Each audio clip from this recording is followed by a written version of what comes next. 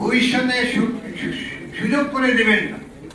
শিক্ষক নির্বাচনের পর কোন একটি দল উপরে দিতে গেল, তারপরে পয়সার খেলা হবে।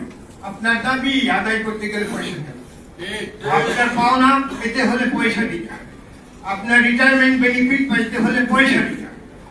আমরা একটা নীতিমালা প্রণয়ন করে সব স্তরের শিক্ষক যারা অবসর গ্রহণ করেছে তাদের যে সমস্ত পাওনা টাকা আছে সেগুলো আজ থেকেই দেওয়ার একটা প্রক্রিয়া শুরু করার জন্য আমরা আবেদন করছি, অনুরোধ করছি সরকার।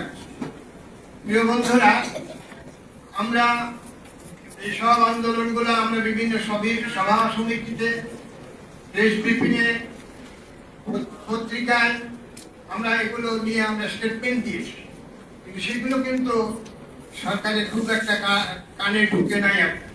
সেজন্যই আমরা সিদ্ধান্ত নিয়েছি যে আমরা শিক্ষক যারা এত অবহেলিত, কি আমাদের পাওনা, এখানে আমাদের জেনারেল সেক্রেটারি বলেছেন যে 9 শ্রেণীর শিক্ষক আমরা এখন দেখছি। আরো শিক্ষক আছে, মেডিকেলের শিক্ষক আছে, ইঞ্জিনিয়ারিং এর শিক্ষক আছে, বিভিন্ন জায়গায় শিক্ষক আছে, তাদেরকে আমরা এখনো ইনকর্পোরেট করতে পারি। কিন্তু যারা এখানে ইনকর্পোরেট তাদের দাবি ফিরিস্তি যদি আমরা এখানে নিয়ে আসি, আমরা যদি চাই একটা প্রতিষ্ঠানের দিয়ে একটা পরিষদের দাবি চাই, তাহলে 7টা 8টা করে দাবি তারা উপস্থাপন করছে।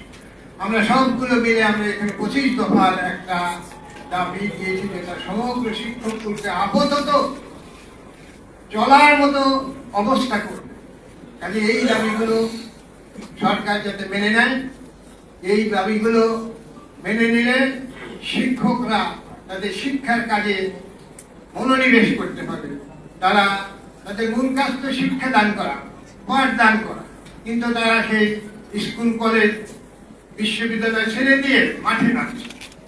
এটা তো প্রত্যাশা করা যায় না।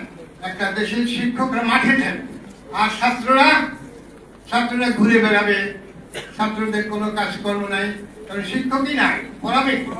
কাজে তারা যাতে পড়ার পরিবেশে চলে যেতে পারে সেই ব্যবস্থাটাকে সরকারি করতে হবে, এটাই আমাদের দাবি।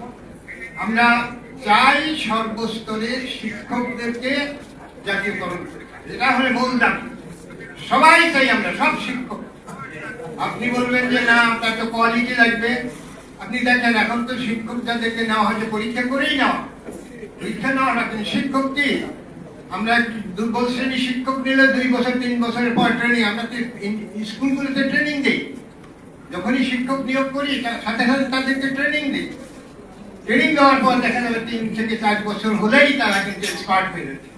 কাজেই যে সমস্ত শিক্ষকগুলো শিক্ষাদান করছে বিভিন্ন স্কুল কলেজে, সে সমস্ত শিক্ষক ইতিমধ্যেই তারা কিন্তু এক্সপার্ট হয়ে গেছে।